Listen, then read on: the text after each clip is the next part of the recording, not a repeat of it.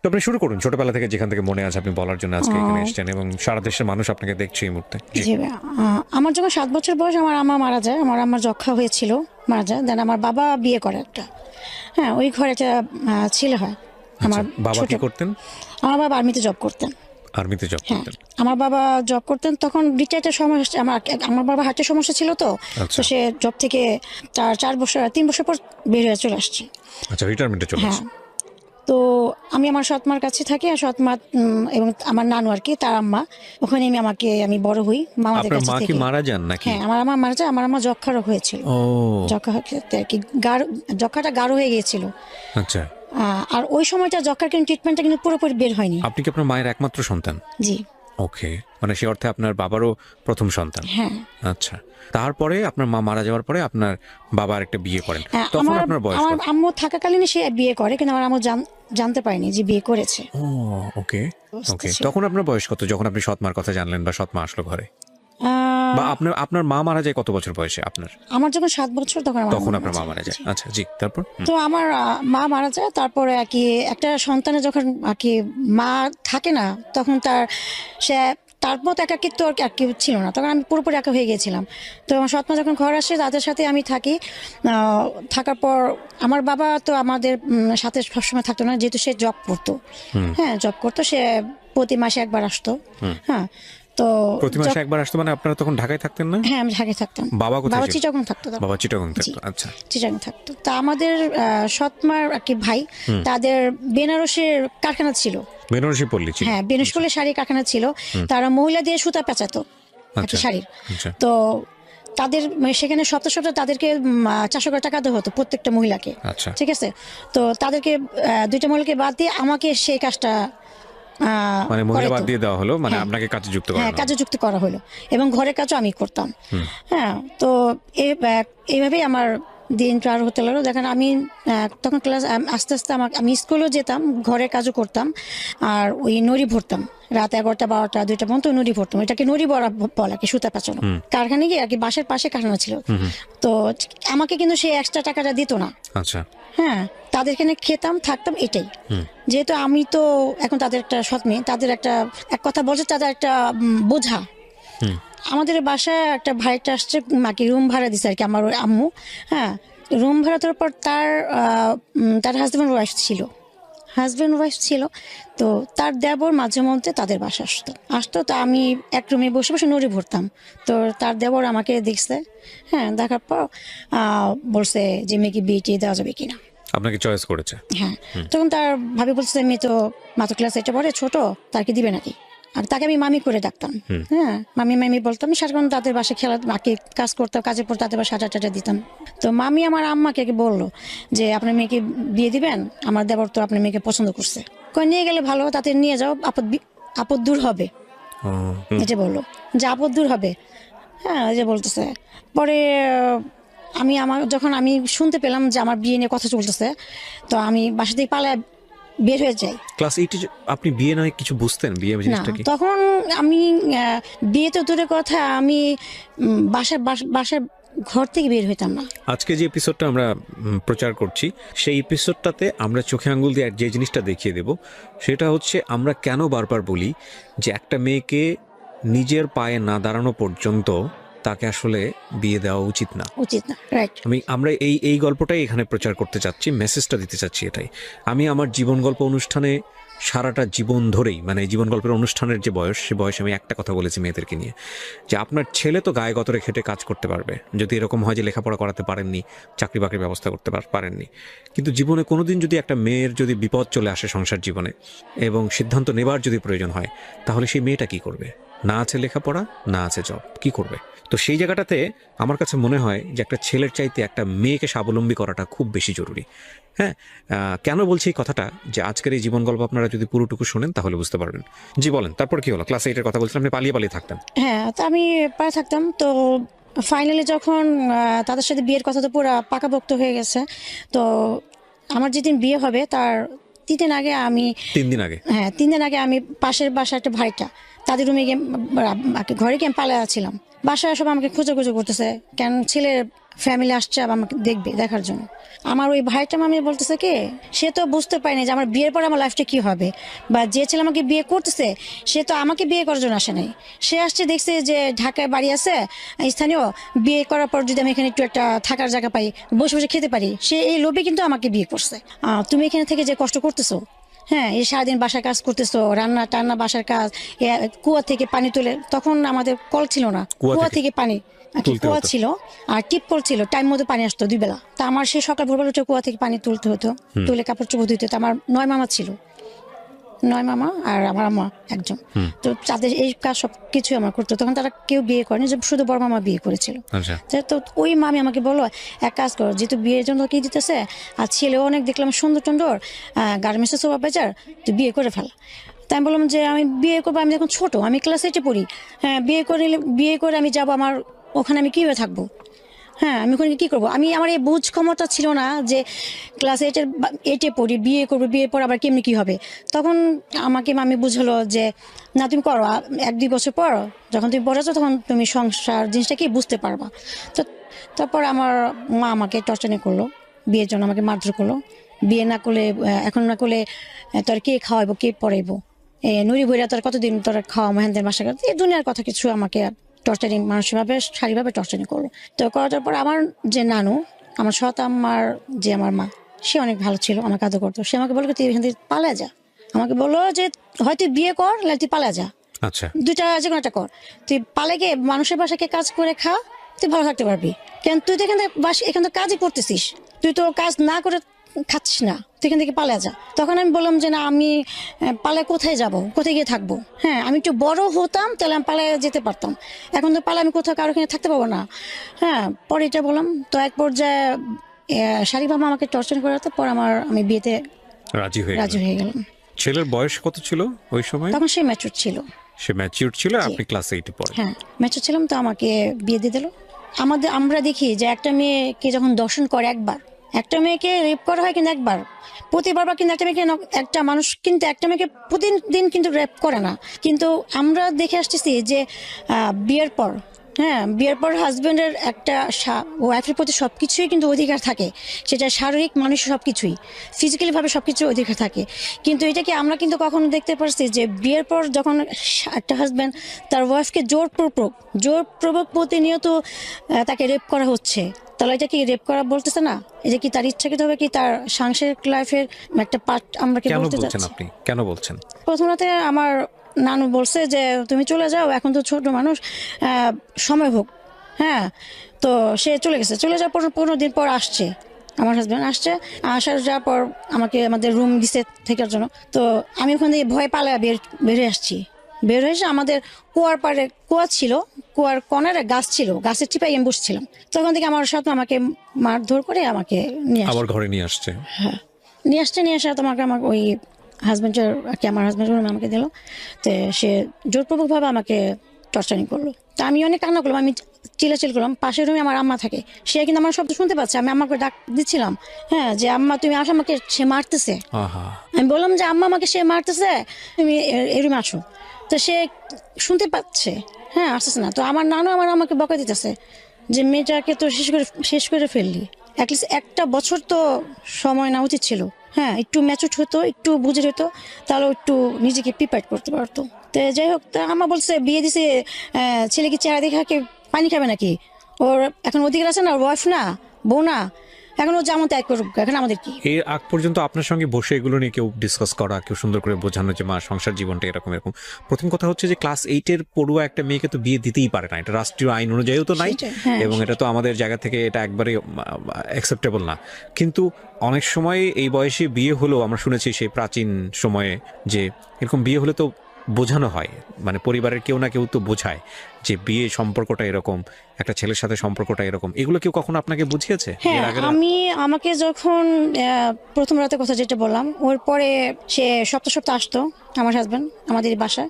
4 মাস আমি এখানেই ছিলাম, আমার আম্মার এখানে ছিলাম, এবং 4 মাস এখানে আসা যাওয়া করছে। তো যখন আসতো আমাকে প্রতিটা নিয়ত যখন আমাকে টর্চার টিমে করা হতো, আমি গিয়ে কান্না করতাম নানুর কাছে যে তার কাছ থেকে আমাকে নিয়ে কি রেহাই দাও, আমি পারতেছি না, আমার অসহ্য লাগতেছে, আমি অনেক কষ্ট পাচ্ছি, হ্যাঁ, আমি থাকবো না, আমি সত্যি পালে যাব। যাব, আমার নানুকে আমি এটা বলতাম। ওকে। তখন আমার নানু নিজে কান্না করে বলতো যে দেখো তোমার অনেক কম বয়সে বিয়ে দিছি, ক্লাস এইটা তুমি পড়ো, ছোট বুঝি, কিন্তু আমাদেরও একটা সময় অনেক ছোটকালে বিয়ে দিছে, আমরা কি সংসার করছি না? আমার নানু এটা বলছে, আমরা কি সংসার করছি না? এখন দেখো আমাদের 9টা ছেলে। আমার নানু এটা আমাকে বলছে। এটা বলার পর আমি কান্না করে আমি আর ওখানে আমার বলার মতো কোনো ভাষা ছিল না।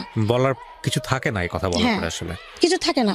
আম্মা যাকে আমি এটা বলবো সে তো তাকে বলার মতো কোনো আমার ওয়েপই নাই, কি বলবো তাকে আর, সে তো নিজে আমাকে সেখানে ফেলে দিছে। তো যাই হোক, এখন আমি মেনে নিয়েছি ঠিক আছে আমার এইটা এখন লাইফ, কি করা। তো 4 মাস এখানে থাকলাম, 4 মাস পর আমাকে এখান থেকে তারা তুলে দিছে মিরপুরে একটা বাসা ভাড়া করে। আমার ছেলেটা কি করতো, আপনার হাজবেন্ড তখন কি করতো? বিয়ের আগে সে বলছে যে গার্মেন্টস এর সুপারভাইজার। সুপারভাইজার। আচ্ছা। কিন্তু বিয়ে যখন 4 মাস পর আমাকে তুলে দেওয়ার পর সে একটা আলাদা বাসা ভাড়া নেয়। তখন ওই সময় বাসা ভাড়ার দাম ছিল মাত্র 1200 টাকা, 1000 টাকা এক মাস বাসা ভাড়া নেওয়ার পর। বাসা যখন 1 মাস ওখানে থাকলাম তার সাথে, তখন আমি জানতে পারলাম যে সে সুপারভাইজার না, সে সামান্য একটা গার্মেন্টস এর প্যান্ট যে তৈরি করে, শার্ট প্যান্ট, সেই ওয়ার্কার। হ্যাঁ ওয়ার্কার। তারপর এখন এটা আমার মেনে নিলাম, কারণ আমি তাকে যদি ছেড়ে যদি আমি আমার মার কাছে চলে যাই, আমার সে একই কষ্ট। হ্যাঁ, তো কি করা, কিছু করার ছিল না। তো আমি তার সাথে আমি সংসার চালিয়ে গেলাম। তো এইভাবে আমি এখানে প্রায় 5 মাস আমি মিরপুর তার সাথে ভাড়া ছিলাম। একটা পর্যায়ে সে আমাকে বলো যে চলো ড্যামরা যাবো, ড্যামরা গিয়ে বাসা ভাড়া নিব। তখন আমি বললাম কেন, আপনি ড্যামরা গিয়ে বাসা ভাড়া কেন নেবেন? তখন বললো যে আমরা বাসা ভাড়ার দাম কম, আমার যে স্যালারি আমি এখানে থাকতে পারবো না, সেটা বললো। হ্যাঁ, তার মাসে বেতন ছিল 7,000 টাকা। 7,000 টাকা, আমার বাসা ভাড়া ছিল 1,000 টাকা, আর খাওয়া দাওয়া এইভাবে আমার প্রায় দেখা যায় 5,000 টাকা লেগে যেত। তো সে আমাকে এই মিথ্যা কথা বললো, সে কিন্তু আমাকে মিথ্যাতে বলছে। হ্যাঁ, তার বেতন আরো বেশি ছিল, তো মিথ্যাতে বলছে। আমি বললাম ঠিক আছে আমি জামরা যাবো। তো আমি তার সাথে আমি জামরা চলে গেলাম। জামরা চলে যাবার জামরা ওখানে বাসা ভাড়া নিল, সেখানে থাকলাম। তো জামরা যাওয়ার পরেই সে জব করে সপ্তাহে যে টাকাটা পায়, আর তখন যে গার্মেন্টসে ইচ্ছা ছিল যে সাপ্তাহিক টাকা পেতো। সে কাজ করার পর আর কি যতগুলো মাল সেলাই করার পর ওইটা হিসাব করে তাকে সপ্তাহে টাকা দিয়ে দিত। সে মাস করে এটা কোনো টাকা নিত না। তো সে সপ্তাহে টাকা নিয়ে কি করতো, আমাকে প্রতিদিন আমাকে 60 টাকা করে দিত বাজারের খরচ, বাসায় কি চাল ডাল এভরিথিং সবকিছু মিলে। আর তখন 60 টাকার তো মূল্যটা ওরকমই ছিল, তো দিত। আমি ওভাবে আমার কষ্ট হতো, আমি চালিয়ে নিতাম। তো আমি যে বাসায় ভাড়া ছিলাম সেখানে দোতলা বাড়িরা ছিল। হ্যাঁ, তো ও যখন দিনে থাকতো না, আমি তার বাসায় কাজ করতাম কেন সে ঠিক মতো টাকা পয়সা দিত না। হ্যাঁ, সে সপ্তাহে কাজ করে টাকা পয়সা যা পেতো আমাকে 100-200 টাকা দিয়ে সে দেশে চলে যেত। আচ্ছা। দেশে গিয়ে সে টাকা পয়সা তার ফ্যামিলিকে দিয়ে আবার সে ঢাকা আসতো। আর এই 1 সপ্তাহ যে আমি না খেয়ে থাকতাম, আমার কি অবস্থা তার কোনো খবর নাই। হ্যাঁ, তো আমার দোতলার যে বাড়িরা সে আমার কাদর করতো, আমি তার বাসায় কাজ করতাম, তার বাসায় থাকতাম। এই একটা সপ্তাহ কাজ করতে আবার যখন সে আসতো আবার তখন আমি ওইভাবেই করতাম। তো এইভাবে আমার সময় দিন পার হতে লাগলো। আর এর মধ্যে আমাকে তো যখন আমি বলতাম যে আপনি আমাকে এইভাবে 60 টাকা 70 টাকা করে বাজার খরচ দেন, আমার তো হচ্ছে না, আমি কীভাবে চলবো? 1-2টা মানুষ কি 3 ভাবে খাওয়া দাওয়া হয় চলে? হ্যাঁ, আমার তো কাপড় চোপড় লাগে, এটা আমাকে তো আপনি কিনে দিচ্ছেন না। আমাকে অমুকে তমুকে আমাকে এটা দিচ্ছে, আমি সেলাই করে পড়তেছি। আপনার কি মনে হয় না যে আমি তো আপনার সম্মান, আপনার ইজ্জত এটা রক্ষা করার দায়িত্ব তো আপনার? সে বলছে আমি পারতেছি না, কি করব? তোমার মার কাছে যাও, তোমার বাবার কাছে গিয়ে চাও। সে আমাকে কথা বলতো। তো বললে আমি যখন উত্তর দিতাম তখন আমাকে গায়ে হাত দিত, মারধর করতো। তো এইভাবে করার পর একটা পর্যায়ে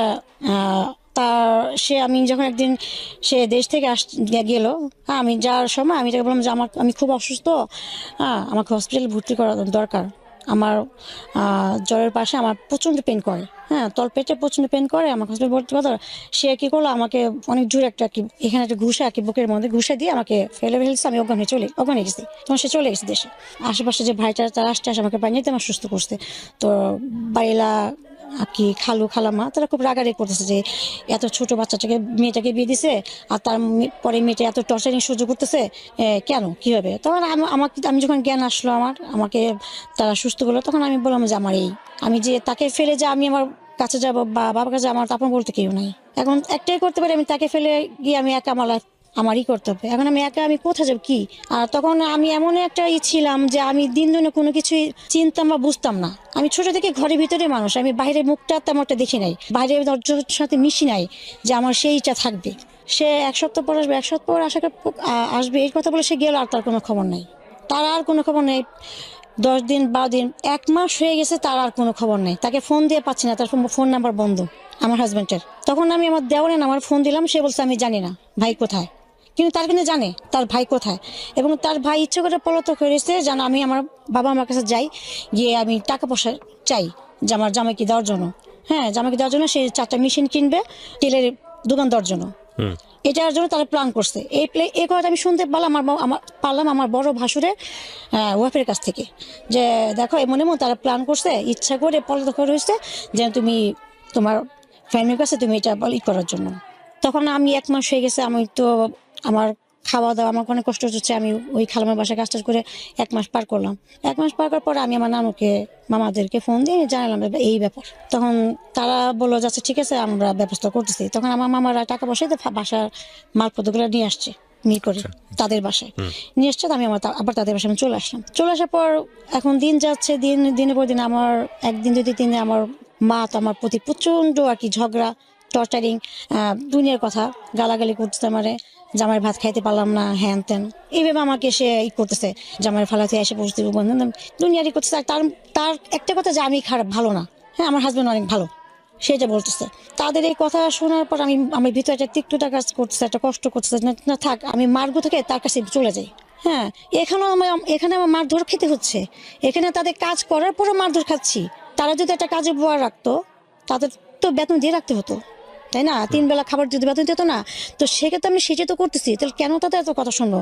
তাহলে যাই হোক, আমি আমার স্বামীর ঘরে চলে যাই, গিয়ে তার মারধর খেয়ে অ্যাটলিস্ট আমি কোণে পড়ে থাকি। আমি এটাকে বেটার মনে করছিলাম। আমি তখন আমি তাকে খোঁজা শুরু করলাম। আমি গুলিস্তান আসলাম, বংশান আসলাম, আর কি বিভিন্ন যেখানে সে কাজ করতো। হ্যাঁ, আমি করে আমি তাকে খুঁজে তাকে কোথায় গেছে। তখন তার সাথে একজন কাজ করতো, তার মধ্যে জানতে পারলাম যে সে বংশালে কাজ করতেছে। বংশালীকে আমি তাকে পাইছি। পাওয়ার পর আমি বললাম যে আমাকে ভেবে আপনাকে ফালা রাখছেন, হ্যাঁ আমি কোথায় আছি, কি খাচ্ছি না খাচ্ছি, হ্যাঁ এটা কি না। তখন সে বললো যে তুমি তো আমার কাছ থেকে 40,000 টাকা নিয়ে আসো, আমি মেশিন কিনবো 4টা। হ্যাঁ, আমি বললাম সে আমাকে দিবে না। এখন আমি কি করবো? মানে যৌতুক চাই। এটা তো করার পর সে আমার সাথে সংসার করবে না, 40,000 টাকা দিতে সে বলতেছে। বলার পর তো আমি সেখান থেকে তার যে মালিক, সে জব করতো, সেই মালিক এবার সে শুনলো হিস্টোরি। তো মালিক এসে আমার হাজবেন্ডকে আর কি ধমকি দিল, এবং এক পরে তার গায়ে চড়ও মারছে। একটা মেয়ের সাথে তো টাকা লোভে সংসার করতেছ, টাকা লোভে তাকে বিয়ে করছো। হ্যাঁ, এখন তোর আমি বললাম এখন এই মেয়ে নিয়ে বাসা বাড়ি নিবি আজকের মধ্যে। ওর আমার হাজবেন্ডের মালিক তাকে ধমকি দিলে, বলো যদি বাসা বাড়ি না যাস তোর 3 মাসের বেতন তোকে দিব না। আচ্ছা। তখন সে কালীগঞ্জে আমার ভাসুর থাকতো, সে এখান থেকে চলে আসছে ঢাকা, কালীগঞ্জে বাসা ভাড়া নিল। তো আমার হাজবেন্ডের যে মালিক সে কালীগঞ্জে থাকতো ভাড়া, এবং সে এক কথা বলে সে আর কি আমার একটা দায়িত্ব নিয়ে বাসটা ওখানে ভাড়া নিতে বলছে, যেন সে ওখানে যদি আমাকে টর্চারিং করে আমি তাকে জানাতে পারি। আচ্ছা আচ্ছা। এবার আমাকে বলছে যে আমি তোমার সাথে আছি, তুমি চিন্তা করো না, ও তোমার যদি কোনো রকম কোনো সমস্যা করে তুমি আমাকে বলবা। হ্যাঁ, এটা বলছে। তো কালীগঞ্জে বাসা ভাড়া নিল, এখন থাকলাম। থাকার পর ওই যেমন আমাকে খরচ দিত তেমনই খরচ দিল, ওই দেশে যাওয়া ওইরকমই চলতেছে, কিন্তু শারীরিক যে টর্চারিংটা একটু কমে আসছে। হ্যাঁ, ওই তার মালিকের ভয় দেখানো কমে আসছে। কমে আসার পর হঠাৎ করে আমি আর কি আমি প্রেগনেন্ট হয়ে যাই। এটা হওয়ার পর তখন আমি ওখানে যে ভাইটা ছিল, আমি বললাম যে মামি দেখেন আমার এমন এই সমস্যা হচ্ছে, কেন হতে যায় না, আমার একটু ডাক্তার থেকে নিয়ে যাবেন কিনা। তখন বলছে তোমার তো মেবি তুমি কনসেপ্ট করছো। আচ্ছা, তো বিয়ের কয় বছর পরের ঘটনা এটা? এটা আমার বিয়ে প্রায় 1.5 বছর পর। চিন্তা করেন কি পরিমাণ রিস্ক, এত আন্ডার এজ একটা বাচ্চা, সংসার, এবং সেখানে ওনার যখন এইরকম একটা কনসিভ মোমেন্ট, সেটার বয়স খুব বেশি হলে 14 থেকে 15, যেটা তো একেবারেই মেডিকেল সায়েন্সের জায়গা থেকে ভেরি ডেঞ্জার পিরিয়ড। বলেন তারপর? তো আমাকে তার মৃত্যু হতে পারে। হ্যাঁ, আমাকে ডাক্তার কাছে সে ওই খালা নিয়ে গেল, এবং তার টাকা দিয়ে সে আমাকে ওখানে টেস্ট করে দেখলো যে আমি কনসেপ্ট করছি। তো আমার হাজব্যান্ড রাতে আসলে আমি তাকে বললাম তাকে এটা। হ্যাঁ, সে আমাকে বলছে বাচ্চা নষ্ট করার জন্য। বাচ্চা রাখবে না, সে রাখবে না, নষ্ট করার জন্য। আপনার এই বাচ্চাই সেই বাচ্চা? জি। ও জানে এই গল্পগুলো, সব জানে? ওকে, বলেন তারপর। তো আমার হাজব্যান্ড বাচ্চা নিবে না, তো এ নিয়ে রাত্রে অনেক ঝগড়াঝাটি হয়েছে, এবং সে আমাকে মারছে।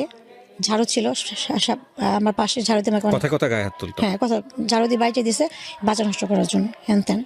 তো সকালে ওই ভাইটা খালামাকে বললাম, তারাও 5 মেয়ে ছিল, ওই খালামা অনেক আদর করতো, অনেক আদর করতো, ভালো মন্দ যাই রান্না করতো।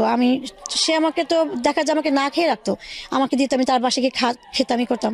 তো খালা বলো কি, তুমি বাচ্চাটা নাও, তোমার যদি কষ্ট হয় ঠিক আছে, বয়স কম, কষ্ট হয় তুমি নাও। এমন হতে পারে যে বাচ্চাটা হওয়ার পর তোমার হাজবেন্ড ভালো হয়ে যেতে পারে। বাচ্চার মুখের দিকে তাকায়, most common thought in our society. এটা বললো।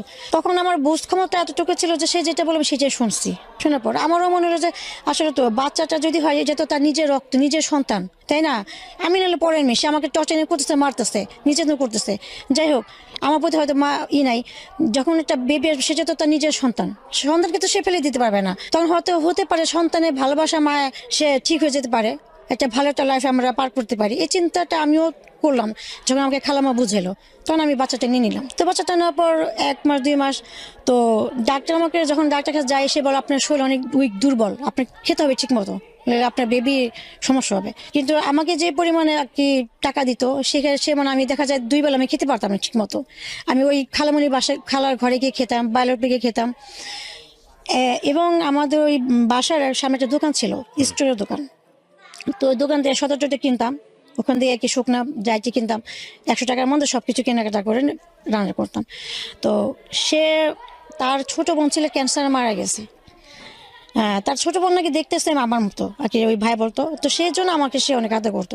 যখন সে দেখতে পেলো যে আমি কনসেপ্ট করছি, আমার বেবি পেটে 4 মাস, তখন সে আমাকে আমার চেহারা শুকানো শুরু করলো খাওয়া দাওয়ার অভাবে। হ্যাঁ, এক পর্যায়ে পুরো শরীর আমার ক্যালসিয়াম নষ্ট হয়ে গেছে। তখন সে ভাইয়া বলতো যে আমি তো তোকে বোনের মতোই ভালোবাসি, তোর যেটা খেতে মন চাইবো, দুধ ডিম আমি প্রতিদিন সন্ধ্যাবেলা তোর বাসায় পাঠিয়ে দেবো। এই কি ছিল আপনার পাশের হ্যাঁ, এলাকার লোক? দোকানে, হ্যাঁ, স্টোর দোকান, হ্যাঁ। ও, ওনার দোকান ছিল। হ্যাঁ, আচ্ছা আচ্ছা। পাঠিয়ে দিব। হ্যাঁ, আমার যে বোনটা মারা গেছে, সেই বোনটার যদি হতো, আমি ওর জন্য করতাম না।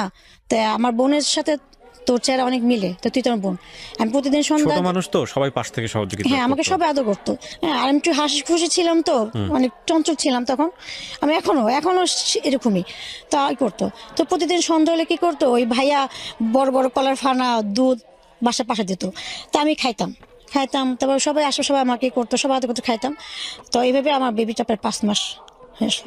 তারপর তো একদিন হঠাৎ করে আমার হাজব্যান্ড একটু সন্ধ্যের দিকে চলে আসছে বাসায়। তো সন্ধ্যের দিকে চলে আসার পর দেখছে বাসায় ওয়াটারপ্রুফ দুধ, ডিম, তারপর কলা, এগুলো এত কোত্থেকে, আমি টাকা পাইলাম কোত্থেকে? তো আমাকে প্রশ্ন করলাম, বললাম যে ভাই আমাকে দিছে। হ্যাঁ, টাকা পাইছিস কোত্থেকে, তুই করে বলতেছে? আমি বললাম যে ভাই আমাকে প্রতিদিনই দেয়। আমি বললাম যে ভাইয়া প্রতিদিনই দেয় আমাকে কেন? ও যখন একটা গালি দিল, তাকে গালি দিয়ে বললো যে ও কেন যেটা সন্দেহ করতে। হ্যাঁ দিবে। হ্যাঁ, তো আমি এই কথা বলার পর সে আমার সাথে ঝগড়া রাত 3টা পর্যন্ত। 3 মাস ঝগড়া আমার। আমি কনসেপ্ট, তখন আমি 5 মাসের বেবি আমার পেটে, সে আমার হাত তোলার পর এক পর্যায়ে রাত যখন 4টে বাজে, আমি খাটে ঘুমাচ্ছি, আমার পেটে পেন করা শুরু হয়েছে। তা আমি ওকে হাত দিয়ে ধাক্কা দিচ্ছি, বলতেছে আমাকে তুমি হসপিটালে ভর্তি করো, আমার প্রচন্ড পেন করতেছে, আমার খুব খারাপ লাগতেছে, ইভেন আমার ব্লিডিং পড়তেছে। আমাকে যে মারধর করছে, আমাকে ধাক্কা দিচ্ছে, আমি অর্থপের ওখানে গিয়ে পড়ছিলাম। অর্থপের ওখানে পড়ার পর আমার আর কি পেটে বাম সাইডে আমি ব্যথা পেয়েছি। তো ওকে আমি অনেক দাগ দেওয়াতে ও বিরক্ত হয়ে গেল, আমাকে একটা লাথি মেরে খাট থেকে ফেলে দিচ্ছে। খাট থেকে ফেলে দেওয়ার পর আমি তো সেই মা করে চিলন দিলাম। তো পাশের যে ওই খালাম্মারা, তারা সেই রাত 4টার দিকে তারা গেট খুলে চলে আসছে। আমি তো সেই চিৎকার, হ্যাঁ, তা গেট নক করতেছে, এই গেট খুল কি হয়েছে? গেট খুলছে পরে আমি তো মা আমাকে চিল্লাচ্ছে, আমার তো ব্লিডিং অবস্থা খারাপ। তো তারা সাথে সাথে আমাকে হসপিটাল ভর্তি হয়েছে। উপর থেকে বাইরে এসে আমার খালু, বাইরের ছেলে এসে আমার হাজবেন্ডকে ইচ্ছা মতো মারধর করছে। মারধর করার পর আমাদের বাসায় খবর দিছে, আমার মামা, আমার আম্মাকে, সবাইকে জানিয়েছে ব্যাপারটা ই করছে। তো আমার নানু, আমার সৎ নানু হলো, সে আমার প্রতি মায়া ছিল। হ্যাঁ, সে বলতেছে আমাকে নিয়ে আসার পর জন্য, যেহেতু এখন আমার বেবিটা পেটে, হ্যাঁ, আমাকে এখন এখানে নিয়ে আসার দরকার। তো আমি 2 দিন হসপিটালে ভর্তি ছিলাম। হসপিটাল ভর্তি হওয়ার পর তারা আমাকে মিরপুর নিয়ে আসলো। চলে আসবো, আমার নানু বলছে তুমি এখানে আসবে না, তুমি সপ্তাহে এসে ওকে দেখা যাবা, আর ও খরচ দিয়ে যাবা, যেহেতু ওর এখন ডবল খরচ, ওরটা বেবি পেটে, ওর সবকিছু দরকার, ট্রিটমেন্ট, ডাক্তার, সবকিছু দরকার। আমার নানুটা বলছে 3-4 সপ্তাহ সে দিচ্ছে টাকা পয়সা, 1 সপ্তাহ 2,000, 1 সপ্তাহ 3,000 করে দিচ্ছে আমার ট্রিটমেন্টের জন্য, খাওয়ার জন্য। 3 সপ্তাহ যাওয়ার পর আর তার কোনো আসারও খবর না, কোনো খবর নাই, ঠিক আছে। তো এইভাবে আমার প্রায় আমার বেবি হওয়ার যখন সময় হয়ে আসবে, বেবি হওয়ার সময় 1 মাস আগে যখন আমি ডাক্তার কাছে ট্রিটমেন্ট করতে যাই, তখন আল্ট্রাসাউন্ড করার পর ডাক্তার আমাকে আমার নানুকে আমার আমাকে বলতেছে বাচ্চা আর কি মানসিকভাবে যে শারীরিকভাবে মানুষের টর্চার অনেক হয়েছে। তো যাই হোক, আলহামদুলিল্লাহ বাচ্চা ভিতরে ভালো সুস্থ আছে এবং বাচ্চা যখন আর কি হওয়ার সময় ডেটটা, তখন ওর কোনো ব্যথা হবে না, তাকে ওকে কিন্তু ইমার্জেন্সি সিজার করতে হবে। কেন ব্যথা হবে না কেন? এটা ব্যথা হওয়ার আমার বাচ্চা পেটে বড় হয়ে গেছিল, ওকে। 3.5 পাউন্ডের হয়েছিল। তো বাচ্চা বড় হয়েছিল, তো ওর ডেলিভারি ডেট তো ফেব্রুয়ারি 18 তারিখে। ব্যথা হবে না, কোনো ব্যথাটা হবে না। এখানে আমি একটু ইন্টারাপ্ট করছি, তাহলে চিন্তা করে দেখেন, এরকম একটা কেস, এরকম একটা বাল্যবিবাহ যদি গ্রামের প্রত্যন্ত একটা এলাকায় হয়, সেখানে যাদের ডাক্তারের কাছে যাওয়ার মতো অতটা ফ্যাসিলিটি নাই, থাকে না, তাদের তাহলে কি কষ্ট। এটা কি ছিল? এই কেসটা কি ছিল? অনেক কষ্ট। মেডিকেল সায়েন্স বলে এটা নিশ্চিত মৃত্যু, যদিও জন্ম মৃত্যু সবকিছু আল্লাহর হাতে, কিন্তু আমাদেরকে তো আল্লাহ কিছু জ্ঞান বুদ্ধি দিয়েছেন, সেগুলো তো ব্যবহার করার জায়গা আমাদের আছে। ওনার ডাক্তার বলছে কমপ্লিকেসি হবে, কমপ্লিকেসি জায়গাটা হচ্ছে উনি পেইন ফিল করতে পারবে না। তো পেইন ফিল করতে না পারলে তো আপনি বুঝবেন না যে বাচ্চা কখন আসতেছে। তো সেই জায়গাটায় যদি গ্রামের একটা সাধারণ মেয়ে যদি এরকম হতো, যারা এই সুযোগগুলো নাই, ফ্যাসিলিটিগুলো নাই, তার মানে সে নিশ্চিত ডেথ। এই জন্য দেখেন বাল্যবিবাহ কতটা ভয়ানক হতে পারে। জি। তারপর বেবি আমাকে হসপিটালে আর কি বেবি হওয়ার 5 দিন আগে ডাক্তার যেটা বললো সেটা হলো যে মোর পেন হবে না। ওর ডেটটা হলো ফেব্রুয়ারি 18 তারিখে, তো 18-17 তারিখের মধ্যে ওকে সিজার করতে হবে। যদি না করেন তাহলে ভিতরে বাচ্চা দেখা যায় পায়খানা করে দিতে পারে, কিন্তু বাচ্চা খুব বেশ বড় হয়ে গেছে, পায়খানা করে বাচ্চা যদি পায়খানাটা খেয়ে ফেলে বাচ্চা মারা যাবে, আর সাথে সাথে মারও সমস্যা হবে। তো এটা বললো, তো বল ঠিক আছে। তো ডাক্তার নিয়ে আসছে। তো বাসাতে আমি ওই অবস্থায় আমার বেবি পেটে থাকা অবস্থায় আমি বাসায় কাজ করছি, তাদের কাজ বা রান্না টানা। তো একদিন দুপুর দিকে আমি মাছ ভাজতেছিলাম, ওই সময়টা হঠাৎ করে আমার তলপেটে একটু হালকা পেন করছে, আর কি চিনতে উঠছে আর কি, ওরকম জোরে না, যেটা আমি আর কি সহ্য করতে পারবো না, হালকা নর্মালি। তো আমি ওয়াশরুমে গেলাম, ওয়াশরুমে আসার পর আবার কাজ করতেছি। তো আমি এই করে দেখা আমি 20 মিনিটের মধ্যে প্রায় 6-7 ওয়াশরুম থেকে যেতেছি। তো আমার মেজমামি এটা ফলো করলো যে কি ব্যাপার, ও একটা মাছ ভাজতে গিয়ে এতবার ওয়াশরুমে গেছে, কি হয়েছে ওর?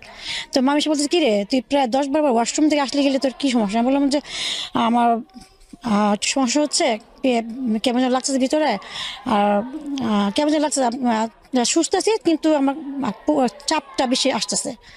তো বললো যে তোকে তো হসপিটালে ভর্তি করার দরকার। হ্যাঁ, ভর্তি করা দরকার, তো তুই চল। আমার বললাম না, আমার হসপিটাল কেন ভর্তি করবো, আমার কোনো কিছু হয় নাই, আমার তো পেটে ব্যথা করতেছে না তো।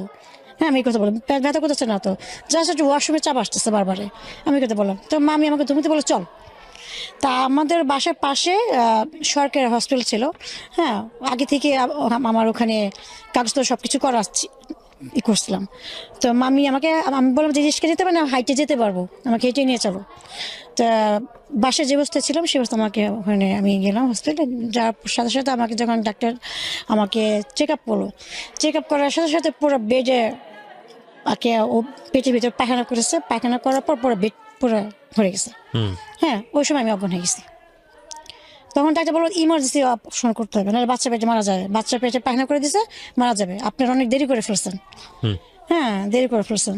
তো মামি আমার নানুর সাথে আমার সাথে আলোচনা করতেছে যে ও তো আসতে চাইতেছে না, ওই এরকম হ্যান ত্যান বল আর কি। তো তারপর আমাকে সিজার রুমে নিয়ে গেলো, তখন ওর বাবাকে আর কি খবর দেওয়া হইলো। হ্যাঁ, সে আসবে না, তো আসবে না। পরে আমাকে অপারেশন করা হলো, করার পর আমার বেবি হলো। বেবিটাকে নিয়ে গেলো বিয়ে থেকে, আমাকে পুরো কমপ্লিট করে আমাকে আবার বিজয় এসে আবার শোয়ালো। তখন বেবি আমার নানুর হাতে ছিল, সবাই ছিল। তো যখন বেবিটাকে আমি দেখলাম, আমার বেবি সেই শিশু বাচ্চা, সেই বাচ্চাটাকে দেখার পর আমি প্রচুর পরিমাণে কান্না করার পর তখন আমার মনে হলো যে আমার লাইফের কোনো কষ্ট নাই। হ্যাঁ, আর তখন আমি বেবির চেহারা দেখে এই জিনিসটা ফিল করতেছি যে আমার বেবিটা হওয়ার আগ পর্যন্ত, যে আমি ছোটো থেকে এই পর্যন্ত যে কষ্ট পাইছি, হ্যাঁ, মনে হয় না যে এই কষ্টগুলো আমার কোনো কষ্ট ছিল, আমি সব কিছু ভুলে গেছি। মনে হচ্ছে যে আমি নতুন একটা আর কি জন্ম নিলাম ওর সাথে সাথে। হ্যাঁ, তখন আমি দেখলাম যে এইটাই আমার সব কিছু, ও ছাড়া আমার কিছু না। হ্যাঁ, তখন আমি এটা চিন্তা করে ই করলাম যে আমি ওকে দেখার পর এতটাই হচ্ছে, তাহলে ওর বাবা যদি ওকে দেখে তাহলে ওর বাবা তো ভালো হয়ে যাবে, অনেক খুশি হবে। অনেক খুশি হবে, এত সুন্দর। আর হসপিটাল প্রত্যেকটা মানুষ বলতেছে কি মেয়ে আর কি বাচ্চা হয়েছে। হ্যাঁ, কাউর পেটে কমলা, যেটা আর কি সবাই বলে বলে করে হাসি করতেছে। আমি একটু অনেক কালো ছিলাম আর একটু মোটা টাটা ছিলাম, তো আমার বেবিটা খুবই সুন্দর হয়েছে মাশাআল্লাহ। তো সবাই এটাই করতেছে, তো আমার মামা মিষ্টি টিষ্টি নিয়ে হসপিটাল সবাই খাওয়াচ্ছে, খুশি খেলা। তো আমার যে সৎমা আমার বেবিটাকে দেখার পরও সে, তার ভিতরে একটা মায়া আসছে। হ্যাঁ, সেও একটু তার মনটা আল্লাহ তাআলা নরম করে দিছে তাকে, বেবিটাকে দেখার পর। তো যাই হোক, আমি হসপিটালে 7 দিন ভর্তি ছিলাম। 8 দিনের মাথায় আমাকে বাসায় নিয়ে আসলো। তো নিয়ে আসার পর আমার হাজব্যান্ড আসে নাই, তাকে খবর দেওয়া হলো। আমার বেবি যখন 21 দিন বয়স তখন আসছে সে, তখন আসছে। হ্যাঁ, 2-3টা জামা নিয়ে আসছে, আয়না বেবিকে দেখতে আসছে। দেখে এসে বলে কি আমি এখনই রাতে চলে যাবো, আমার আমার গাজীপুরে আমি চাকরি করি, আমি যেতে না যাই আবার চাকরি চলে যাবো গা। আসলে একটা বাহানা, সে আর কি ছুটতে চাচ্ছে, এমন অবস্থা। তো আমার নানি আমার তাকে অনেক বকজয় করলো। তো সে বেবিকে দেখে সে চলে গেল। তো তখন আমার ভিতরে আরো খারাপ কাজ করলো যে কি ব্যাপার, সে একটা রাত থাকলো না, সে বেবিকে ভেবে আধা ঘন্টা দেখে চলে গেল। 2টা জামা নিয়ে এসা 200 টাকা দিয়ে 2টা জামা সে আগে পরের মতো দেখে সে চলে গেল, এরকম একটা অবস্থা। তো যাই হোক, তো আমার বেবিকে নিয়ে আমি আমার এখানে থাকলাম। তো আমার বেবি যখন 1 মাস বয়স, 1 মাস পর হয়ে গেল, তো আমার হাজব্যান্ডকে আমি অনেক নক করি, ফোন দিয়ে, সে আসে না। হ্যাঁ, আমি এখন এই বাচ্চা নিয়ে আমি কোথায় থাকবো, কোথায় ভাড়া নেব, সেটা বলছে কোথায় ভাড়া নেব। হ্যাঁ, আমাকে থাকার একটা রুম দিতে কও তোমার নানিরে। আমার নানি তো রুম টুম 5-6টা রুম তারা সে ভাড়া দিত, ওই ভাড়াতে আমার নানু চলতো। তাই আমি বললাম যে সে কেন থাকার রুম দিবে, তুমি তো এমন না তোমার হাত পা ভাঙা, তুমি চাকরি করতেছো, মাসে টাকা ইনকাম করতেছো, তাহলে কেন? আর তোমার সন্তান কারজন তো পারবে না, তোমারটা তোমারই করতে হবে। আমি ফোনে বলতাম, সে আমাকে ফোনে দুনিয়ায় গালাগালি করে ফোন কেটে দিচ্ছে। কেটে দেওয়ার পর না আমার কাছে খুব খারাপ লাগলো যে কি এই ব্যক্তিটা কি এরকমই থাকবে। তখন আমি তাকে আরও সুযোগ দিলাম যে দেখি আরেকটু দেখি, সময় নেই, যদি ভালো হয় কিনা। তো আমার বেবি 2 মাস হয়ে গেল। 2 মাস পর তখন আমার আমার আম্মা রাগারাগি করতেছে আমাকে যাওয়ার জন্য, আমার হাজব্যান্ডের সাথে রুম ভাড়ানোর জন্য। তো তার তো কোনো খবর নেই, সে তো লাপাতা। তখন আমি আমার নানিকে বললাম কি নানি, আমাকে ওই বাসায় তোমাদের যে টিনের একটা রুম আছে ছোট, টাঙ্কির উপরে একটা বড় টাঙ্কি ছিল। হ্যাঁ, টাঙ্কির উপর একটা রুম ছিল, টিনের রুম। হ্যাঁ, স্বামী স্ত্রীর ভাড়া দিত। তখন ওই রুমটা খালি ছিল। তখন আমি আমার নানিকে বললাম কি, আচ্ছা নানি, আমার ওই রুমটা তুমি ভাড়া দিবা, আমি ওই রুমে থাকি। কয় তুই ভাড়া দিবি করতে? হ্যাঁ, তোর জামার তো কোনো খবর না, তোর জামাই তো ফালাতে গেছে গা। হ্যাঁ, তো এই বাচ্চা নিয়ে তুই থাকবি, তোর রুম ভাড়া দিবে কি, আর খাবি কি, কি করবি কি? তাই আমি বললাম যে আচ্ছা আপাতত আমাকে থাকার জায়গাটা একটু দাও, আমি দেখি কি করা যায়। তো আমাকে ওই নানি রুমটা দিল 700 টাকা ভাড়া। তো আমাদের ওই বাসায় বড় একটা ফ্যাক্টরি ছিল, গোডাউন, আমার নানু ভাড়া ছিল। ওই গোডাউনের মধ্যে 30 জন ছিল, শ্রমিক ছিল। ওই গোডাউনে জিন্সের প্যান্টে যে পিঞ্চ করা হয়, হ্যাঁ, ওগুলার কাজ হইতো। তো ওই যে গোডাউন যে 20-30 জন মানুষ যে কি খাওয়া দাওয়া করতো, তারা হোটেলে গিয়ে খাইতো, কেউ মেসে গিয়ে খাইতো, দূরে দূরে, তাদের খাওয়া দাওয়া অনেক কষ্ট হতো। তা আমি করতাম সন্ধ্যার পরে বা দিনে গোডাউন সামনে দাঁড়িতাম। তো এক পর্যায়ে তাদের সাথে কথা বলতে বলতে, হ্যাঁ, তখন আমার এটা বলতাম যে আমার মেয়েকে নিয়ে, মেয়ের দুধ নাই, খাবার নাই, বা আমার খাইতে কষ্ট। তো এক কাজ করেন, আমাকে কিছু টাকা পয়সা দেন, 5-6 টাকা দেন, আমি আপনাদের সবাইকে খাওয়াই, যেটা মাসটা আমাকে দিতে পারবো, যদি আমি ঘর ভাড়া দিতে পারবো, আমার মেয়েকে দুধ চিনিও খাওয়াতে পারবো, আমিও নিজে চলতে পারবো। তখন বলে ঠিক আছে, মালিকের সাথে কথা বলো। তো মালিকের সাথে আমি কথা বললাম। কথা বলার পর ওখানে একটা কর্মচারী ছিল, সে অনেক ভালো ছিল, সে আমাকে হেল্প করলো এই কাজে। তো বলে যে আপনি একটু বাচ্চা নিয়ে, তো আপনি এত মাসে রান্না করতে পারবেন না, ঠিক আছে রান্না করেন, কিন্তু বাজারে যাওয়া আসা আপনার জন্য অনেক কষ্ট করে যায়। এই বাচ্চা রেখে যাবেন কার কাছে, এটা বলো। আর আপনার টাঙ্কির উপরে ঘর, বাচ্চা ছোট, কখন কি দুর্ঘটনা ঘটে বলা যায় না, এটা বলো। তো তখন আমি ওই 3টা 4টা 5টা এমন করে আমি তাদের রান্না করা ম্যাচ খাওয়ানো শুরু করলাম। মানে আপনার এই বাচ্চা কোলে নিয়ে আপনি এগুলো করতেন? তখন তো 2 মাস ছিল, তখন তো তুর করতে পারতো না, শুয়ে রাখতাম, ঘুমে যেত, আমি নিচে বসা। আমি একটা বেবি হলে যে বাবা মাকে কি পরিমাণ সময় দিতে হয়, বাবার কথা নয় বাদই দিলাম, আমাদের সামাজিকতায় বাবারা অতটা ভূমিকা রাখেন না, কিন্তু একটা যার বেবি হয় তিনি কি পরিমাণ এনগেজ হয়ে যান, এটা আসলে চোখের সামনে না দেখলে আপনারা বুঝতে পারবেন না। যার হয়নি, যে ফ্যামিলিতে হয়নি, পুরো লাইফটাই এনগেজ হয়ে যায় ওই বাচ্চাটাকে ঘিরে। নট ফর সার্টেন টাইম, 2, 4, 5 বছর, 7 বছর নিজের কোনো জীবন থাকে না। তো এটা আসলে এই জন্যই বলে না যে আসলে মায়ের ঋণ আসলে কখনো শোধ হবার না। এবং সেই অবস্থায় এই ভদ্রমহিলা এতগুলো লোকের রান্নাবান্না করছে। কারণ দেখেন, এই বাচ্চাটা যখন বড় হচ্ছে 6 মাস 8 মাস থেকে সে হামাগুড়ি দেওয়া শিখবে। হামাগুড়ি তো বোধহয় আরও তার আগে থেকে শেখে। তো এই হামাগুড়ি দেওয়া অবস্থায় বাচ্চারা কিন্তু খুবই চোখে চোখে রাখতে হয়। তো এই অবস্থায় সে বাচ্চাকে চোখে রাখবে নাকি এতগুলো মানুষের রান্নাবান্না করবে? এটা কিন্তু আসলে ফ্যামিলির জন্য রান্না না, এটা আবার এক ধরনের বিজনেস। তো রান্নাবান্না খারাপ হলে সে বিজনেসও থাকবে না। তো বোঝেন অবস্থা। এবং ক্লাস 8-এ থাকা অবস্থায় এই মহিলার বিয়ে হয়ে গেছে। ছোটো ছোটো বিষয়গুলো যদি খুব ক্ষুদ্র ক্ষুদ্র বিষয়গুলো যদি খুব ভালো করে আমরা অবজার্ভ করি, তাহলে এটা একটা যুদ্ধের মতো। বলেন তারপর। তো আমি এরকম 5জন 6জন 7জন এভাবে করে আমি আস্তে আস্তে লোক বাড়ানো শুরু করলাম। হ্যাঁ, তো আমি খাওয়াচ্ছি বাসায়, আমার রুমে আসা 6-7জন খেয়ে যায় এবং বাটি ভরে ভরে তার ভাত নিয়ে নিয়ে যায়। যায়। হ্যাঁ, আর যে ভাইয়ের কথা বললাম সে আমাকে হেল্প করতেছে, সে বাজার টাজার মাঝে মধ্যে করে দেয়। এবং আমি সন্ধ্যে হলে ভাইটার কাছে বলতাম যে বাচ্চাটাকে একটু দেখেন, দেখলাম 1 ঘন্টা আমি একটু বাজার করে আসি। আমি 1 ঘন্টার মধ্যে যাইতাম, আমার বাসার সাথে 1 নম্বর বাজার ছিল। হ্যাঁ, গিয়ে আমি বাজার করে আসতাম। আসলে সেই আবার রাতের কোটা রান্না বান্না আমার দেখা যায় আমার ঘুমাতে ঘুমাতে রাত 2টা বাজতো। হ্যাঁ, আর এই পাশে বাচ্চার খাওয়া দাওয়া, বাচ্চার কাজ সম্পূর্ণ সব আমার কিছু করতে হতো। এই করতে করতে আমার বাচ্চার বয়স 6 মাস আমি পার করলাম। আর আমার বাচ্চার দুধ চিনি এগুলো কিনে দিতে হতো। হ্যাঁ, সবকিছু আমার এর মধ্যে হতো। তো 6 মাস পার করলাম। একদিন আমি 7জন ছেলেকে বাসায় রুমে খাওয়াচ্ছি। তো 6 মাস যখন আমার বাচ্চার বয়স, আমার বাচ্চা 4 মাস থেকে 5 মাস পর তখনই হাঁপ কাটা শুরু করলো। তুই করে টাঙ্কির উপরে চলে যায়। হ্যাঁ, টাঙ্কি একদিন তো টাঙ্কির গিয়ে সামনে মুখের সামনে গিয়ে আল্লাহ রহমত করছে যে আর দেখা যায় আধা হাতের জন্য আমার বাচ্চা পড়ে না, আমার বাচ্চা সেখানে মারা যেত। টাঙ্কি মানে কিসের টাঙ্কি এটা? পানির টাঙ্কি। ও পানির টাঙ্কির ওপরে ছিল আপনার ঘর? হ্যাঁ, এটা পানির টাঙ্কি। হ্যাঁ, টাঙ্কির ওই পাশে আমার একটা রুম ছিল। আচ্ছা হ্যাঁ, আমি রুম থেকে বেরোয় টাঙ্কিটা পার হয়ে নিচে নামতাম। আচ্ছা আচ্ছা। নামি আমার সামনে আরো কয়েকটা ভাড়াটে রুম ছিল, রান্না করছিল, আর পাশে গোসলখানা ছিল ওই টাঙ্কির ওই পাশে, হাতে বাম দিয়ে এভাবে। তো আমি যখন তাদেরকে ভাত খাওয়াচ্ছি আর টিফিন ভাত পড়ছে, তখন আমার বাচ্চাকে আমি ভিতরে রুমে বসে আমি খেলনা দিয়ে করতেছি, তো খেলতেছে।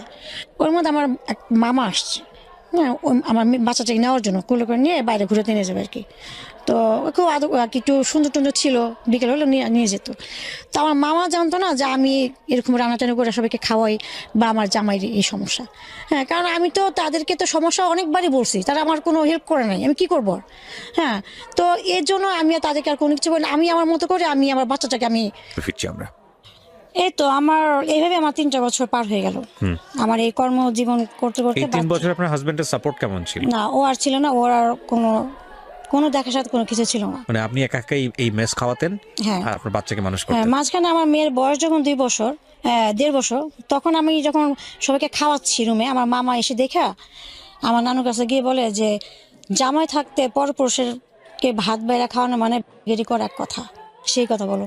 তার এই কথা শোনার পর আমি প্রচুর পরিমাণে কানো করলাম যে তারা কেউ আপনাকে এসে 1 টাকা দিয়ে সাহায্য করছে না, কিন্তু কথা বলার সময় সবাইকে পাওয়া যাচ্ছে। সবাই। এটা আমাদের সামাজিকতার আরেকটা বিষয়। হ্যাঁ, তখন আমি আর কি আমার বাসায় ভাইটাদের সাহেব আলোচনা করলাম যে কেউ আমাকে 2 টাকা দিয়ে সাহায্য করবে না। হ্যাঁ, কেউ আমার বাচ্চাকে একটা দুধের ডিব্বা কিনে দেবে না। তখন আমি বাসা ছেড়ে দিছি। সেখানে একটা জিনিস খেয়াল রাখেন, ক্লাস 8 পাস এই ভদ্রমহিলা কি করবে, কোন প্রতিষ্ঠানে গিয়ে কাজ করবে? যদি আপনি বলেন যে গার্মেন্টসে গিয়ে কাজ করতে পারে, বাচ্চাটা কার কাছে রেখে যাবে? তাহলে উনি কি বেঁচে থাকবেন? ওনার কি বাঁচার অধিকার নাই? তাহলে সিচুয়েশনটা ক্রিয়েট করে দিচ্ছে পরিবার আর সমাজ, রেসপন্সিবিলিটি সমস্ত যাচ্ছে এই মহিলাটার কাছে। মানে এটা কি ধরনের মানসিকতা? ওকে, তারপর তখন আমি বাসাটা ছেড়ে আমি অন্য একটা বাসা নিলাম এক রুমে। তো ওই যে ভাই আমাকে হেল্প করতেছে, ওই যে যাদের রান্না করতেছে, সে একজন যার কথা বললাম মাঝখানে ভাইয়া, সে আর কি বাসা আসে খাবার টাবার নিয়ে যায়, বক্সে ভরে দিয়ে নিয়ে যায়। এবার আমার বাচ্চার বয়সটা 3 বছর 3.5 বছর হয়ে গেল। তো এরপর হঠাৎ করে আমার তলপেটে প্রচুর পরিমাণে পেন করতো। হ্যাঁ, আমি ব্যথা ওষুধ খেয়ে আমি প্রায় 6 মাস পার করলাম। তারপর হঠাৎ করে আমি অজ্ঞান হয়ে পড়ে যাই, আমাকে হসপিটালে নিয়ে যায়, ওই যাদেরকে ম্যাচ খায় তারাই আমাকে ধরে টেরে নিয়ে যায়। গিয়ে ডাক্তার দেখানো হলো, ডাক্তার মহিলাটাতে বললো আমার জ্বরের পাশে টিউমার হয়েছে। আমার ইমার্জেন্সি যদি আমি অপারেশন আজকের মতো না করা হয়, তাহলে আমার এটা ক্যান্সারের লক্ষণ, ক্যান্সারে দেখা দেবে। তখন আমার কাছে তো 58 পয়সা নাই, আমি কীভাবে আমার অপারেশন করবো? তখন ওই ভাইয়া ওখানে তো 30-40 জন শ্রমিক কাজ করতো, সবার কাছ থেকে 500-1000 এভাবে করে 30,000 টাকা এক করে তারা আমাকে অপারেশন করেছে এবং তারা আমাকে দেখছে, তারাই সুস্থ করেছে। হ্যাঁ। তো তারপর আমি 3 দিন পর আমি বাসায় আসি। আর ওখানে যে বাসায় ভাড়া থাকে অনেক বেহারি এক মহিলা ছিল, আমার বাচ্চাকে এই 2 দিন সে দেখছে করছে। তো তখন আমার মেয়ের বয়স 3 বছর। হ্যাঁ, আমি মাত্র ওকে না প্লেতে ভর্তি করেছি, তুরে যায়, গিয়ে স্কুলে চলে আসে, বাসার সাথে স্কুল ছিল। তো এর মধ্যে হঠাৎ করে আমার রং নাম্বার একটা ফোন আসলো দেশের বাড়ি থেকে। আচ্ছা, ফোন আসলো, আমি রিসিভ করলাম, কে আপনি, কাকে চান, হ্যান ত্যান। তখন কি হাজবেন্ডের সঙ্গে সম্পর্ক একেবারে কোনো নাই? নাই, কোনো যোগাযোগ, মানে কোনো যোগাযোগ নাই, ডিভোর্স হয়নি কিন্তু কোনো যোগাযোগ নাই। যোগাযোগই নাই। মনে করেন আমি তো একটা পর্যায়ে ভাবছিলাম যে সে মারা গেছে, ও এরকমই। আমি যেহেতু একটা মাস পুরো লাপাতাই, কারণ সে তার বাচ্চার জন্য তো একদিন আসবে দেখা করার জন্য, যে দেখে বাচ্চাটা কত বড় হয়েছে কেমন। এই যে সে যে বাচ্চাকে 3 মাস বয়সে রেখে গেছে, এরপর এরপর আর তার কোনো কোনো খোঁজ খবর নাই? নাই। তা আমি ভাবছি সে হয়তো মারাই গেছে। হ্যাঁ, আপনি নিজে থেকে খোঁজ করেন নাই কোথাও? আমি নিজে থেকে এর জন্য খোঁজ করি নাই যে সে তো আমাকে, আমার বাচ্চাকে দেখবে না, আমাকে টর্চারিং করবে। আমি যদি মারা যাই আমার বাচ্চার কি হবে? আচ্ছা, হ্যাঁ। ওকে, যাই হোক, তারপর যেটাই হোক না কেন ওনাদের মধ্যে যোগাযোগ ছিল না। ছিল 3 না। বছর যখন বাচ্চার বয়স, তার মানে আপনি এটা বোঝেন যে প্রায় 2.5 থেকে 3 বছর ওনাদের মধ্যে কোনো কমিউনিকেশন নাই। হ্যাঁ, বলেন তারপর। তো তখন আমি ওই রংনামা থেকে ফোন আসছে, ফোন আসার পর তার সাথে আমি কথা বললাম। তো আমি বললাম আপনাকে চেনাই ভাবে কথা বলার পর সে বললো আপনার কি ফেসবুক আছে কিনা। তখন জন্য আমি তো ফেসবুক চালাই না, আমি ফেসবুক কিটা চালাবো, আমার তো বাচ্চা মোবাইল। হ্যাঁ, তখন সে বললো যে আচ্ছা আমি একটা নাম দিয়ে আপনাকে ফেসবুক খুলে দিই, আপনি আমার সাথে কথা চেঁচামেচি করেন, আমরা পরিচয় হই। তো তখন ও সৌদিতে থাকতো, দাম্মামে। দাম্মাম। হ্যাঁ, দামামে থাকতো সৌদিতে। তো আমি যে তার সাথে ফেসবুকে কথা বলবো কি দিয়ে, আমার তো কিছু ছিল না তখন। তো পাশে বাসায় যে কম্পিউটার ছিল, তাদের কম্পিউটার গিয়ে আমি ফেসবুকে তার সাথে হ্যালো চ্যাট করতে করতে প্রায় 4 মাস কথা বলতে বলতেন, করতাম। তো একদিন সে আমাকে আর কি প্রপোজ করে রিলেশন করার জন্য, ফ্রেন্ডশিপ থেকে রিলেশন। তখন আমি বললাম যে আমার তো সব কিছুই তুমি জানো, আমার বাচ্চা আছে, একটা বাচ্চার বয়স 3 বছর, আমি ম্যারিড, আমার হাজব্যান্ডও কিন্তু মারা গেছে কি না সে তা যায় না। তো আমি কীভাবে আমি রিলেশনে জড়াবো? আর আমার বাচ্চা দেখে তো তোমার ফ্যামিলি কখনো মেনে নিবে না। আমার বন্ধু আছে, বন্ধুই থাকি, আমি এটা বললাম। তা বলো যে না, হ্যাঁ এই বাচ্চা আমার। ও বলো যে এই বাচ্চা আমার, আমি এখন থেকে ওর বাবা। হ্যাঁ, তুমি ওকে বলবা যে তোমার বাবা বিদেশ থাকতো, আমি যখন দেশে আসবো তখন পরিচয় দিবা যে তোমার বাবা এটা। আমাকে ও বলছে। আমি বললাম যে এটা হয় না। ও বলছে যে হ্যাঁ আমি এটাই করব, আমি সব কিছু জেনে তোমার সাথে আমি সম্পর্ক করবো। এরপর দেখে যে না, আমাকে সিমে ফোন অনবর, আমি তখন ফেসবুকে সব বন্ধ করে দিচ্ছি, যোগাযোগ না করতে পারে আমার সাথে। দেখে সিমে অনবর ফোন দিতেছে, এই করে প্রায় 1 মাস ফোনের পর ফোন আমাকে করছে। তখন আমি একটু নিজেকে একটু সুযোগ দিলাম যে দেখি। আর তখনই আমি একটু ফিল করলাম তার প্রতি আমার ভালো লাগে, আমার একটা কাজ করছে। হ্যাঁ, তখন এক পর্যায়ে আমি সম্পর্কে জড়িত হয়ে যাই। হ্যাঁ, এক পর্যায়ে আমি তাকে ভালোবেসে ফেলি, তার সাথে আমার একটা সম্পর্ক হয়ে যায়। তখন সে আমাকে বললো যে তুমি আর এই রান্না টানা বাদ দাও, ম্যাচ খাও না, বাদ দিয়ে দাও। তখন আমি বললাম এগুলো বাদ দিলে আমি চলবো কীভাবে? বাচ্চাকে কে বাসা বাড়ি দেবে? আমি দিব সব কিছু, তোমার যা খরচ লাগে আমি দিব। তো ওর সাথে আমার দীর্ঘ 7 বছর সম্পর্ক ছিল। এই 7টা বছর আমার বাচ্চার খরচ, আমার খাবার দেওয়া, বাচ্চা খাবার, ঘর ভাড়া 7টা বছরও চালাইছে। আচ্ছা, এই 7 বছর ওনার সঙ্গে আপনার দেখা হয়েছে? ওর সাথে সম্পর্ক 2 বছর পর দেশে আসছে। আচ্ছা, হ্যাঁ, দেশে এসে দেখা করছে, দেখা করে 1 মাস ছিল।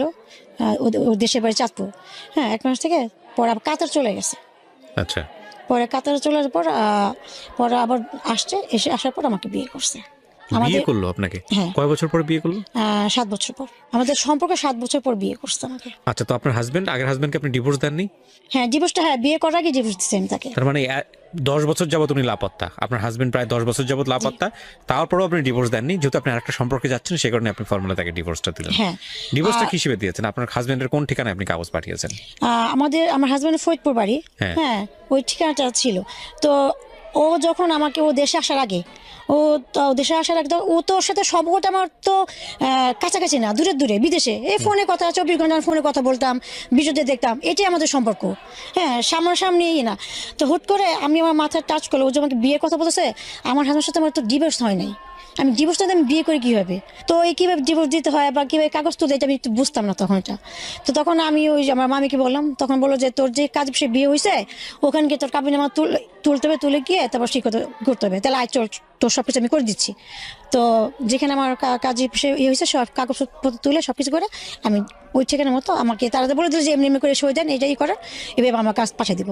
পর ওই সব তারা যা বলছে সেভাবে করলাম। তখন ডিভোর্স তোমার ওর দেশের বাড়িতে পাঠিয়ে দিচ্ছে।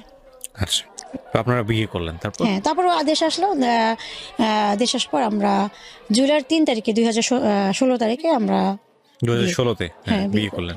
ও দেশে আসছিল মাত্র 19 দিনের জন্য। আচ্ছা, হ্যাঁ 19 দিনের জন্য আসছে।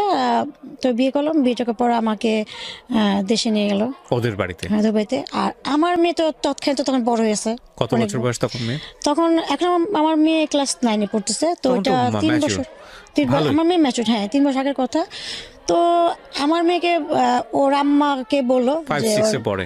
চাচাতো বোনের মেয়ে, ওর মাকে বললো? হ্যাঁ মিথ্যা কথা আর কি। আচ্ছা। হ্যাঁ ওর কথা যে আমাদের যাই, যাওয়ার পর 2-3 মাস পর তোমার বিষয়টা আর কি আস্তে ধীরে বলবো, এখন গরম কিছু বলা যাবে না। আর ও ফ্যামিলির বড় সন্তান ছিল, ওর বাবা ছিল না, সংসার সম্পূর্ণ সবকিছু ওর হাতে, দায়িত্বটা সবকিছু। তো আর ও বিয়ে করতে দেরি এই জন্য করছে যে দেখো আমি আমার ফ্যামিলিকে আমি সব কিছু দিয়ে দিই, সম্পূর্ণ সব, আমার ভাইকে নিজে পায়ে দাঁড়া করে, বোন 2টাকে বিয়ে দিয়ে দিই, সম্পূর্ণ সব কিছু পর যদি আমি তোমাকে বিয়ে করার পর আমার ফ্যামিলিকে যদি বলি যে তোমার অতীত এটা, তাহলে অবশ্যই আমার ফ্যামিলি মানতে বাধ্য হবে, কারণ আমি তাদেরকে সব কিছু করে দিছি। হ্যাঁ তাহলে আমার একটা পছন্দ কি তারা মেনে নেবে না, এটাই। তো দেশে গেলাম, যাওয়ার পর ওখানে থাকলাম 1 সপ্তাহ। 1 সপ্তাহ থাকার পর আমার যখন ঢাকা আসছি, আমি যেখানে থাকতাম সে পাশে যে মামি আমার শাশুড়িকে ফোন দিয়ে সব কিছু বলে দিছে, আপনার ছেলে তো এই, হ্যাঁ এই মেয়ের সাথে 7-8 বছর সম্পর্ক, হ্যাঁ সব টাকা পয়সা দিয়েছে, আপনার ছেলেকে চুষা খাইছে, লাখ লাখ টাকা খাইছে। হ্যাঁ এ কথা বললো, না জানি মেয়ে কোন জাদুটনা করছে, আপনার ছেলে মেয়ের জন্য এত কি পাগল, হ্যাঁ টাকা পয়সা সব এগিয়ে দিছে, এবং আরেকজনের বাচ্চাকেও পাল্টাছে, আমার মেয়ের কথা বললো পাল্টাছে, এবং বিয়ে করছে কিছুদিন আগে এই কথা। তখন আমার শাশুড়ি না আমার হাজবেন্ডকে কিছু বলে নাই। যখন 19 দিন পর দেশের বাইরে চলে গেছে কাতারে, চলে যাওয়ার পর ওকে ফোন দিয়ে ওকে টর্চারিং করতেছে, তুই আমার ছেলে আমার সাথে এত বড় প্রতারণা করলি, এত বড় মিথ্যাটা বললি। আমার শ্বশুর বাড়ির আত্মীয় যারা আছে আমার শাশুড়ি সবাইকে এটা বলে দিছে। হ্যাঁ বলে দেওয়ার পর সবাই ওকে ফোন দিয়ে বলতেছে যে তুই এটা কি করছিলি, তুই এত সুন্দর একটা ছেলে, দেখতে সুন্দর কোনো কম না, হ্যাঁ আর মেয়ে তো এমন না যে সুন্দরী যে এই জন্য তুই পাগল বিয়ে সম্ভব করছিস, মেয়ে তো তেমনটা না, তো তুই কি দেখে মেয়েকে এত ভালোবাসিস, কি দেখে এগুলি, আর এমনি করে কি সবাই কি এতটা কি তোকে তিক্তটা একটু খারাপ জঘন্য কথা বলতেছে, ওর মাথা বেড়ে নষ্ট হয়ে গেছে, আউট হয়ে গেছে। আউট হয়েছে। তখন ও বাস্তবতার সামনে আসলো, বাস্তবতার সামনে এসে যখন ও লজ্জা পাচ্ছে সবার কাছ থেকে, তখন আমি ঢাকা, তখন আমাকে ফোন দিয়ে বললো তুমি তোমাকে অনেক ভালোবাসো, তুমি একটা কাজ করবো, আমাকে কি তুমি আমার উপরে বিশ্বাস করে তুমি দেশে যাও। আমি বললাম কেন, কিন্তু আমাকে যে দেশে পাঠাচ্ছে ওর ফ্যামিলি অর্থাৎ শুনে ওরা প্ল্যান করে রাখছে আমাকে দিয়ে ডিভোর্স দেওয়া হবে, একটা খালি স্টেপের সিগনেচার দেওয়া হবে, হ্যাঁ প্ল্যান করছে, এটা কিন্তু আমি জানি না, এটা আমার হাজব্যান্ডের সাথে কথা বলেই সবকিছুই। আর আমার হাজব্যান্ড যেমন সবসময় বলে আমি তো ডিভোর্স দিব না, তাই না, এই জন্য আমাকে মিথ্যাতে বলে যে তুমি দেশে যাও, দেশে গিয়ে যেহেতু আমার মা সব যাই নিয়ে গেছে সব কিছু, তুমি কি আমার পাটাদের মাপচা সব কিছু করে মিলটাল হইয়া আসো, যাও। তা আমি ওর উপরে বিশ্বাস করে কথাটা বিশ্বাস করলাম, বিশ্বাস করার পর আমি দেশে গেছি। দেশে যাওয়ার পর আমার শ্বশুর বাড়িতে আমাকে তুলে নাই, আমি আমার কাজিনের হাজবেন্ডের সাথে আমি আর আমার খালার সাথে গেলাম দেশে, ওর বন্ধুর বাসা আমাকে তুলছে, ওখানে গিয়ে দেখি প্রায় 8-10 জন পুরুষ মানুষ ছিল। হ্যাঁ তারপর এক মুরব্বি বললো যে তোমার শাশুড়ি তোমাকে মাইনে নিছে, যা হয়েছে মাইনে নিছে, এখন আমরা সবাই তোমার পক্ষে, হ্যাঁ তোমার পক্ষে, আর এর জন্য তুমি এই স্টেমে একটা সই দাও, হ্যাঁ কেন দেখা যায় তোমার জামাই থাকবো না, তোমার শাশুড়ি যদি নির্যাতন করে, হ্যাঁ সেক্ষেত্রে আমরা তোমাকে হেল্প করবো। আমাকে মিথ্যা কথা বলতেছে আসলে, কিন্তু আমাকে ডিভোর্সের জন্য সই দিতেছে। তা আমি তখন বুঝতে পারার পর আমি আমার হাজব্যান্ডকে ফোন দিলাম, যে বললাম যেগুলো কি হচ্ছে, যদি আমার শাশুর সাথে মিল করানো হয় দেখেন এত লোকজন কেন, 10-12 জন পুরুষ মানুষ, এত লোক, এত ভিড়ভাড় তো দরকার নেই, তাই না, আর আমাকে তোমাদের বাসায় তুলো না আরেকজনের বাসায় কি। তখন আমার জামাই বলতেছে কি ওরা যা যা বলে যাবে তুমি তেমনি করো আমাদের ভালোর জন্য। তো ও আমাকে সরাসরি বলতে পারতেছে না ব্যাপারটা যে এই ব্যাপার, কিন্তু আমি এখন বুঝে গেছি। তো বুঝে যাওয়ার পর আমি আর কিছু বললাম না, আমি শুধু সইটা দেওয়ার সময় বললাম যে সইটা আমাকে কেন কিসের জন্য রাখা হচ্ছে আমি জানি। তো যাই হোক আমি সবার ভালোর জন্য আমি সইটা দিয়ে যাচ্ছি। তো আমি চিকিৎসা দিলাম, দিয়ে সেদিন রাতেই লঞ্চে আমি উঠছি মেয়েকে নিয়ে। হ্যাঁ তারা আমাকে একটা থাকতে দিল না, তারা আমাকে বলতেছে কি আপনার থাকা দরকার নাই, চলে যান আজকে রাতের মতো, হ্যাঁ আমরা নতুন করে ঢাকায় যাব, সবাই বরজাতির মতো আপনাকে বউ সাজায় নিয়ে আসবো সবাই। দায় মুক্তি। বলেন তারপর। হ্যাঁ ওখানকার যারা ছিল পুরুষরা, ওর বন্ধু বান্ধব, তারপর আমার শাশুড়ি, হ্যাঁ তো বলছে যে মা তুমি যাও গা এখন, যাওয়ার পর আমি 3-4 দিন পর আমার পোলা টাকা টোকা দিয়ে যাবো, আমরা গয়না কাছে দিয়া একটা তোমার বউ সাজা একা সুন্দর করে করে নিয়ে যাবো, সবাই যা দেবো তুই আমার ছেলের বউ এমনি করে। তা আমি সব বুঝতে পারছি, আমি কিন্তু তাদের কথা শুনতেছি আর ভিতরে ভিতরে আমি খালি হাসতেছি, আবার চোখের পানিও আর কি পড়তেছে না, এমন একটা অবস্থার মধ্যে ছিলাম। তো আমি লঞ্চে উঠলাম, তখন রাত বাজে 12টা। লঞ্চে ওঠার সাথে সাথে আমি ওকে ফোন দিয়ে বললাম, দেখো আমি তোমার ডিভোর্স নামে আমি সই দিয়ে দিয়েছি, এখন তুমি আমার কাছ থেকে রেহাই। তবে একটা কথা বলি যে তোমাকে আমি বিশ্বাস করছি, তুমি আমার জন্য করছো, আমার না আমার বাচ্চার জন্য করছো এতটা বছর, শুধু এর জন্য এদিকে তাকায় আমি তোমাকে আমার দিক দিয়ে মুক্তি দিলাম। কারণ আমি চাই না তুমি আমার জন্য দুনিয়া সবার কাছে ছোট হও, কারণ তোমার নিজের মুখের কথা আমার লাইফের হিস্ট্রি নাকি তোমার বাসার তোমার আত্মীয়স্বজন কুত্তা সবাই জেনে গেছে। হ্যাঁ, তো সেক্ষেত্রে তুমি পাও না যে তুমি সুইসাইড করে মারা যাও, তোমার নিজের মুখের কথাই। তা আমি তো জীবিত থাকা অবস্থায় আমি তো এতটুক ফোনটা রেখে দিছে। তো আমি লঞ্চের বাইরে যে গিল থাকে না, যে দাঁড়ায় ওখানে বসে থাকে, দাঁড়া থাকে, তো ওখানে আমি দাঁড়ায় আমি কান্না করতেছি, প্রচুর পরিমাণে কান্না করতেছি আর কি, যে কি হলো আমার লাইফ, এগুলা হচ্ছে কি। আমি একটা আশা করলাম, একজনকে লাভ করলাম, এইটা মনে আমার হয়তো আমার জানা মজা ফার্স্ট ভালোবাসা ফার্স্ট বিয়ে, এই যে আমার মতে ওইটা তো আমার একটা অন্যটা পার্ট ছিল। তো এই করে আমি প্রচুর পরিমাণে কান্না করলাম, কান্না করতে করতে হুট করে আমি 2টা পা উঁচা করে আমি উঠলাম যে আমি এখানে লাফ দিয়ে মারা যাবো, সুইসাইড করবো। মানে আপনার প্ল্যান ছিল আপনি সুইসাইড করবেন? সুইসাইড করবো, আমি পারতেছি না লোড নিতে, এত কষ্ট, এতই একটা মেয়ের লাইফে কীভাবে হয়, তখন আমি লোড নিতে পারতেছি না। তখন আমি উঠে যে দাঁড়ালাম লাভ যখন দেওয়ার জন্য, হুট করে আমার চোখের সামনে আমার বাচ্চার যে ছোটোকালে যে যখন 2 বছর ছিল ওর সেই ছবিটা আমার চোখের সামনে ভেসে উঠল। ভেসে ওঠার পর আমি পাটা নিচে নামিয়ে দিলাম, নামিয়ে দেওয়ার পর তখন আমি আঁকি ওই সেই তখন প্রায় দীর্ঘ 1000 ঘন্টা আমি পানিতে তাকিয়েছিলাম আর চোখের পানি ফেলতেছিলাম যে আমি তো একটা মা। দেখেন, ভেরি ট্রাজিক। মানে 13 বছর 14 বছর বয়সে মেয়েটার বিয়ে হয়ে গেল, যখন সে বিয়ে বোঝে না, সংসার বোঝে না, প্রেম বোঝে না, এগুলো করার পরে না লাইফের এই রিয়েলিটিগুলো ফেস করা ব্যাপার আসে। তো সেরকম একটা বয়সের সংসার, বাচ্চা বোঝে না, শারীরিক সম্পর্ক বোঝে না, সেই সময় বাচ্চার মা, তারপরে জীবন চলতে গিয়ে বাচ্চাটাকে লালন পালন করতে গিয়ে অবর্ণনীয় কষ্ট, এবং জীবনে এই পর্যায়ে একটা মানুষ আসলো, তাকে সে মনের অজান্তে ভালোবেসে ফেললো, মানুষটাকে বিয়েও করলো, কিন্তু আমাদের সামাজিকতা তাকে সেই জায়গাটায় স্টাবলিশড হতে দিল না। আজকের এই গল্পটা থেকে ভয়ঙ্কর কিছু শেখার আছে। জীবন থেকে সে দায়মুক্তিও চেয়েছিল, কিন্তু সে জীবন থেকে দায়মুক্তিও নিতে পারেনি, কারণ তার সন্তান আছে। এটা একটা ভয়ঙ্কর রকম একটা স্টোরি, এবং এই ভয়ঙ্কর স্টোরি বাংলাদেশের অসংখ্য মেয়ের স্টোরি। এই একটা অ্যাঙ্গেল অনেক মেয়ের মধ্যে খুঁজে পাওয়া যাবে, কারণ আমি আমার জীবন গল্পে এত গল্প প্রচার করেছি এই টাইপের, মানে বর্ণনাতীত বলা চলে। তাই একটা পুরো জীবনটা স্পয়েল হয়ে গেল না এক অর্থে? একটা মূল্যবান জীবন, নিজের কোনো স্বপ্ন নাই, নিজের কোনো সিদ্ধান্ত নাই, নিজের কোনো স্বাধীনতা নাই, নিজের পায়ে দাঁড়ানোর ক্ষমতা নাই। কিন্তু এই ভদ্র মহিলা তার নিজের জীবনটাকে নিজের মতো করে গড়তে পারতো যদি একটা জায়গায় আমরা কোনো কম্প্রোমাইজ না করতাম, সেটা হচ্ছে ওনার যদি ক্যারিয়ার থাকতো। আর ক্যারিয়ারের জন্য কি দরকার ছিল? শিক্ষার দরকার ছিল। সো এই জন্যই আমি বলি যে ছেলের চেয়েও মেয়েদেরকে বেশি করে শেখানো উচিত, কারণ একটা ছেলে তো গায়ে গতরে খাটতে পারে, অ্যাটলিস্ট সে সৎপথ ইনকাম করার জন্য রিক্সাওয়ালা হতে পারবে। হ্যাঁ, মানে যদি একবারে বিলো লেভেলের চিন্তা করি। কিন্তু এই মেয়েটা কী করবে বলেন? এই ভদ্রমহিলা যেখানেই যাবে পদে পদে বাধা, যেখানেই যাবে হায়নার মতো মানুষ ওত পেতে আছে, সুযোগ নেওয়ার চেষ্টা করবে।